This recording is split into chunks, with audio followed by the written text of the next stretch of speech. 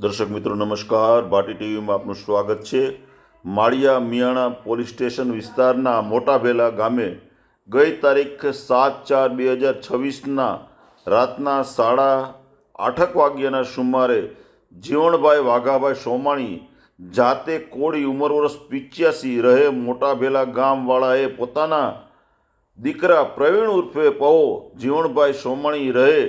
મોટાભેલા તાલુકો માળિયા મિયાણા જિલ્લો મોરબીવાળાને